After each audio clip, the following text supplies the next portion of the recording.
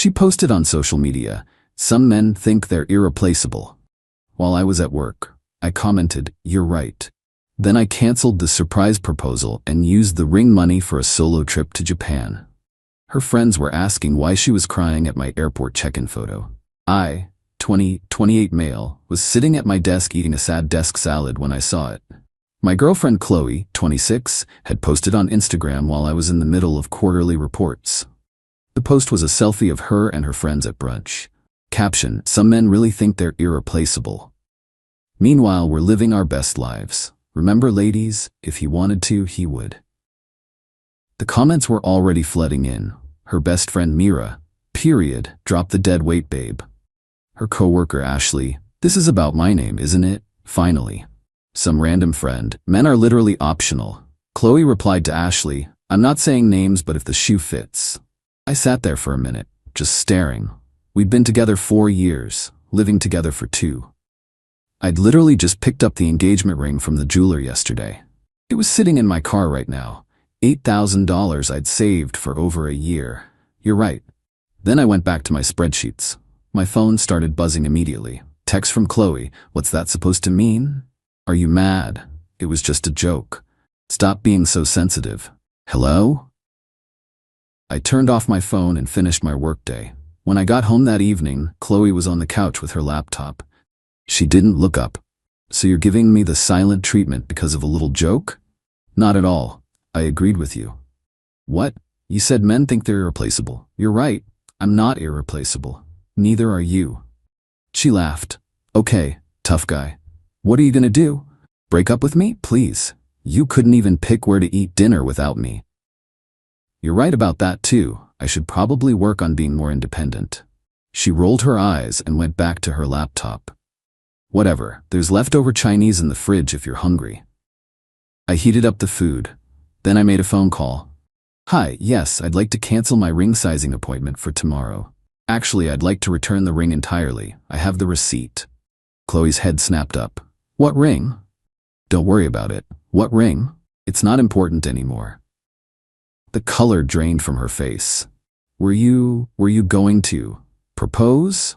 "Yeah, this weekend actually. Had the whole thing planned. Your parents were flying in as a surprise. Mira was going to help me set up at the botanical gardens. You know, where we had our first date?" She stood up. "You're lying." I pulled up the photos on my phone. The ring, the receipt, the email confirmation from her parents about their flights, the texts with Mira about the plan. Oh my God. But hey, I'm replaceable, right? Some other guy can do all that for you. I didn't mean it like that. It was just girl talk. Cool. Well, this is just guy actions. I went to my computer and started looking at flights to Japan. I'd always wanted to go, but Chloe said it was too weird, and why would anyone want to go there? "What are you doing? Booking a trip? That ring money's gotta go somewhere." "You can't be serious." Found a great 2-week package. First-class flight, nice hotels, the works. Cost about $7,500. Perfect. "Babe, let's talk about this." "Nothing to talk about. You made your feelings clear. I'm just respecting them." Update 1, y'all. The entitlement has been unreal. So after I booked the Japan trip, Chloe went into full panic mode, but not an "I'm sorry" way, more like a "how dare you" way. First, she called her mom Patricia. Patricia called me within an hour. "How could you humiliate my daughter like this?" "I'm sorry. What? Canceling a proposal over a silly social media post? That's childish." "Did she tell you what the post said?" "It doesn't matter. You don't punish someone you love over words." "I'm not punishing anyone. I'm just choosing to spend my money differently." "That money was for your future together, right? And she publicly said I'm replaceable, so I'm using it for my future, singular." Patricia hung up on me. Then came the flying monkeys. Mira texted me, "You're really gonna throw away 4 years over a joke?" I replied, "Ask Chloe if she wants to pay me back for the 4 years of rent I covered while she was finding herself." No response. Ashley from Chloe's work added me on Facebook just to message. "Chloe's crying at work. You're abusive. Posting about your partner being replaceable while they're at work is what exactly?" Blocked. But here's where it gets good. Chloe decided to make a TikTok. Oh yes, a whole ass TikTok about toxic men who can't take a joke. So I made one little post about how men think they're special, and my boyfriend of 4 years canceled our proposal. Like he literally returned the ring and booked a trip to Japan without me. Because of a joke. This is what happens when you date insecure men, ladies. They can't handle a strong woman who speaks her mind. It got 50K views in a day. The comments were mixed. Wait, he was going to propose and you posted that? Girl? Nah, you fumbled the bag. Team boyfriend, honestly. Imagine losing a ring over Instagram likes. But some supported her. He sounds controlling. You dodged a bullet. Men are so fragile. She was living off the attention, posted 3 follow-up videos, started a whole series about toxic relationships. Meanwhile, I was getting my passport renewed and shopping for luggage. Then Friday happened. I came home from work to find Chloe had invited her parents and mine over for dinner, without telling me. We need to talk as a family, she announced when I walked in. My mom looked confused. My dad looked annoyed. Patricia looked smug. Chloe's dad, Robert, looked like he'd rather be anywhere else. Chloe says you're abandoning her, Patricia started. I'm going on vacation. To Japan, for 2 weeks, with money meant for your engagement. My mom perked up. Engagement? You two were getting engaged? We were. Until Chloe publicly announced I'm replaceable. I showed my mom the post. She read it, read the comments. Her face got very still. Chloe, you posted this about my son. It was a joke. Mom turned to me. How much was the ring? 8,000. How much is the trip? 7.5. Good. Enjoy Japan. Send pictures. Patricia gasped. You're taking his side? There are no sides. Chloe said he's replaceable. He's showing her he agrees. Where's the problem? Dad finally spoke up. I want to see this post. I showed him. He laughed, actually laughed. Play stupid games, win stupid prizes. Chloe started crying. This isn't fair, it was just girl talk. And his trip is just boy action, Dad said. You kids and your social media, this is why your mother and I don't have Facebook. Robert finally contributed. Chloe, you messed up, accept it. Dad? What? You want me to lie? You posted that nonsense for attention, and now you're upset you got consequences? You're 26, not 16. The dinner ended with Chloe screaming at everyone and locking herself in our bedroom. My mom hugged me on the way out. Enjoy Japan. Eat lots of ramen for me. Update 2. This is where things went completely off the rails. So Chloe had been alternating between love bombing and rage texting. 1 minute, it's baby, I'm sorry, we can work through this. And the next, it's you're a pathetic man-child who can't take a joke. But yesterday, she did something that still has me shocked. She threw a proposal party. I'm not kidding. She invited all her friends over and told them I was proposing that night. Posted on her Instagram story, tonight's the night. I was at my buddy Trevor's house playing games when the texts started rolling in. People congratulating me, asking what time to show up. One of her cousins asked if they should bring champagne. I texted Chloe, what are you doing? Fixing your mistake. You're going to propose tonight. No, I'm not. Yes, you are. Everyone's coming at 8. The ring store is open until 7. You have time. I'm not buying another ring. Then use your credit card. I don't care. Just fix this. I'm in another city right now. I wasn't, but she didn't need to know I was 10 minutes away. Get home now. I turned off my phone. According to Trevor's girlfriend Tico, who follows Chloe, the party was something. Chloe got dressed up, full makeup, new dress, had decorations. The works. 8 p.m. came and went. No me. 8:30, people started asking questions. 9 p.m. Chloe posted a tearful video. He stood me up at our own proposal party. This is who he really is. 9:30, someone in the comments pointed out, girl, didn't you post last week that he's replaceable? The video got deleted. 10 p.m. Mira posted a story. Men are trash, that's all. But here's the kicker. One of Chloe's cousins, Jordan, messaged me. Bro, she's telling everyone you're abusive and that's why you didn't show. But I saw her original post. You dodged a bullet. Enjoy Japan. I replied, thanks man. Want to see something funny? I sent him screenshots of her texts demanding I propose, all time-stamped from that day. Jordan posted them in the family group chat. The chaos, according to him, was immediate. Half the family was on Chloe's side, half thought she was insane. Her aunt wrote, so you bullied him online, he canceled the proposal, and you thought you could just demand he do it anyway? Patricia defended her. He humiliated her. Jordan's mom, she humiliated herself and him, publicly. The family group chat imploded. Robert left the group. Patricia blocked 3 relatives. Chloe's grandmother called everyone disappointments and said this is why she doesn't do social media. This morning, I woke up to go to the airport. Chloe was sitting in the living room with 2 suitcases. What's this? I'm coming to Japan with you. No, you're not. You can't stop me from flying to Japan. You're right, but I can stop you from coming on my trip. My hotels are single occupancy, my tours are booked for 1, and most importantly, you weren't invited. I'll book my own rooms. With what money? See, Chloe had quit her job 3 months ago to focus on content creation. She'd made maybe $200 from TikTok so far. I'll use my credit card. The one I pay for, that I'm about to cancel? You can't do that. Watch me. I called the credit card company right there. Removed her as an authorized user. Her card would stop working the moment I hung up. You can't leave me here with nothing. You have your parents, your friends, that support system you're always talking about. Oh, and all those men who think you're so irreplaceable. Ask them. I rolled my suitcase to my Uber. She followed me outside crying. Please, I'm sorry. I love you. You love the lifestyle I provided. There's a difference. What am I supposed to tell everyone? The truth? Or make another TikTok? I'm sure it'll go viral. As the Uber pulled away, she was standing in the driveway, screaming about how I'd regret this. I'm typing this from the airport lounge. Boarding in 30 minutes. Chloe's been calling from Mira's phone. I'm not answering.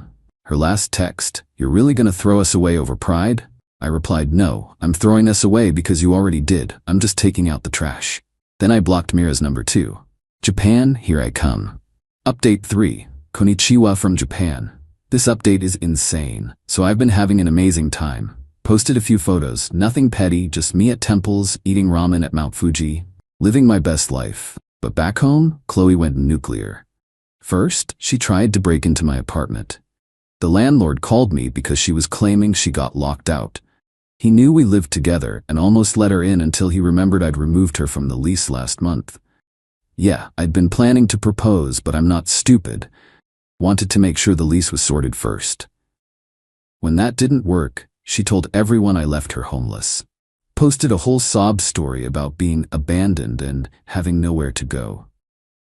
Her dad Robert messaged me, she's not homeless. She's literally in her childhood bedroom right now. I'm sorry about all this. But the wildest part? She started a fundraiser. I kid you not. Help me rebuild after financial abuse with a goal of $10,000. The description was a masterpiece of fiction. My ex controlled all our finances. She hadn't paid a bill in 2 years. He left me with nothing. She has a degree, work experience, and able-bodied. He stole our dream vacation, the Japan trip she called weird. I'm starting from zero at her parents' house with free food and Wi-Fi. She raised $300, mostly from Mira and Ashley. But then Jordan, the based cousin, struck again. He posted, funny how you need money when you just posted last month about your $500 Dyson Airwrap and $300 skincare haul. Maybe sell those? The fundraiser got deleted. Then came the messages from random dudes.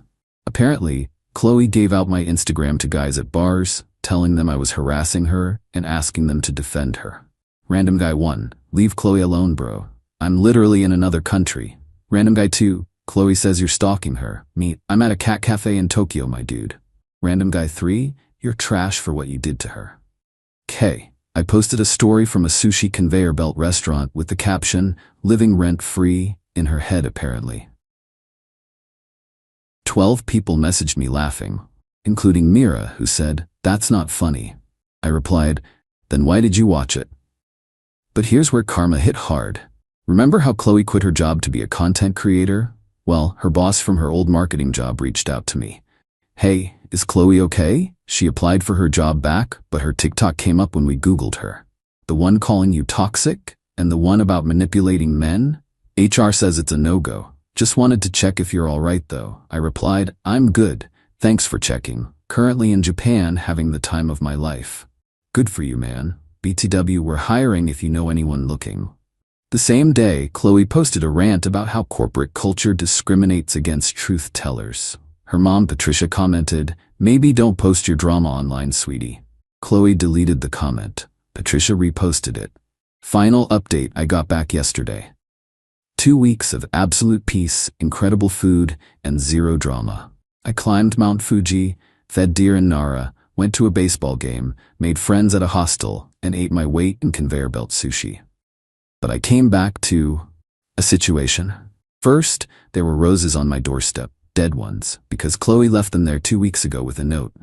Our love isn't dead yet. The apartment complex's security footage showed her coming back every day for a week to check if I'd picked them up. By day 7, she was kicking them and crying. Second, I had 73 emails, all from Chloe from different email addresses because I kept blocking them. The subject lines were a journey. Please talk to me. I'm sorry. You're being childish. I hate you. I love you. Check your phone. Are you dead? I hope you're happy. Actually, I hope you get food poisoning. Third, and this is the best part, she got fired from TikTok. Not like a job at TikTok. She got banned from TikTok. Apparently, after her 9th video about our toxic relationship where she named my full name and workplace, I reported for harassment. So did my friends. So did my family. So did random people who thought she was unhinged. Her account with 15K followers? Gone. She made a new account to cry about it.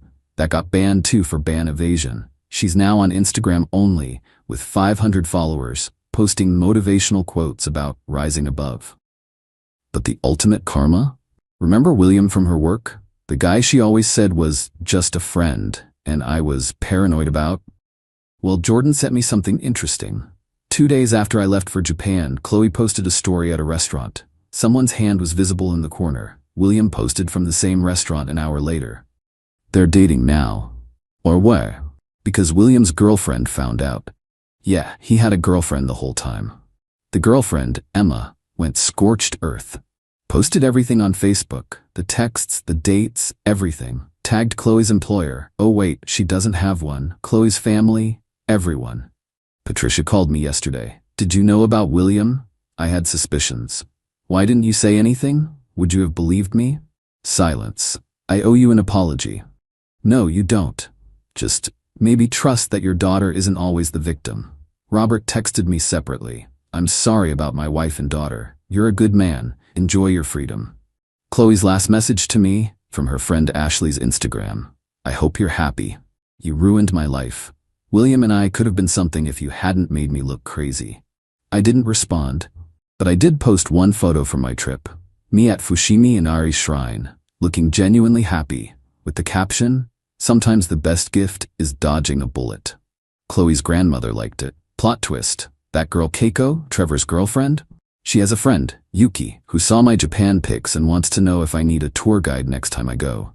I said yes. Chloe found out through mutual friends and posted, funny how he moves on so fast. Shows what I meant to him. Mira commented, didn't you literally date William 2 days after he left? Even Mira is done with her. Last I heard, Chloe is living with her parents indefinitely. She's applied to 20 jobs and gotten 0 interviews. That TikTok reputation follows you. William blocked her after his girlfriend threatened legal action. Patricia is exhausted and considering therapy. Robert started following me on Instagram and likes all my photos. Her grandmother uninvited her from Christmas unless she grows up. She started a blog about surviving narcissistic abuse that has 3 subscribers, Mira, Ashley, and probably herself. As for me, I'm good. Great, actually. That Japan trip reset my whole mindset. I realized I'd been dimming myself for years to avoid her tantrums. My apartment is peaceful. My bank account is recovering. I'm going out with Yuki next weekend. She's teaching me to make proper sushi. Do I regret the 4 years? Sometimes. But mostly I'm grateful. I learned what I don't want in a partner. Someone who publicly disrespects me.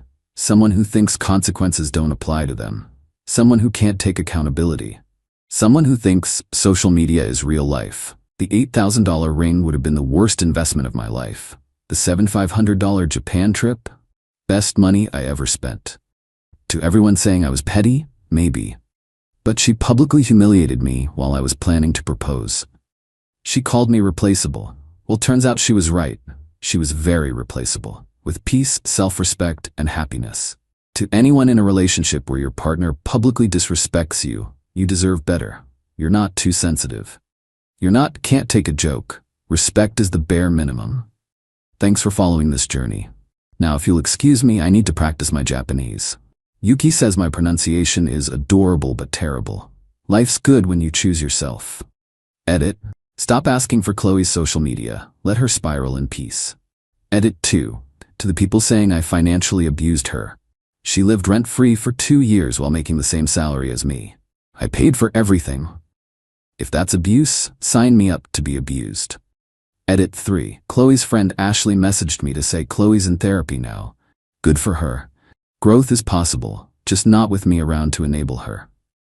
Final edit. Yuki and I are officially dating. She thinks this whole story is hilarious and says Chloe did me a favor. We're planning a trip to Korea next year, together this time. Life has a funny way of working out.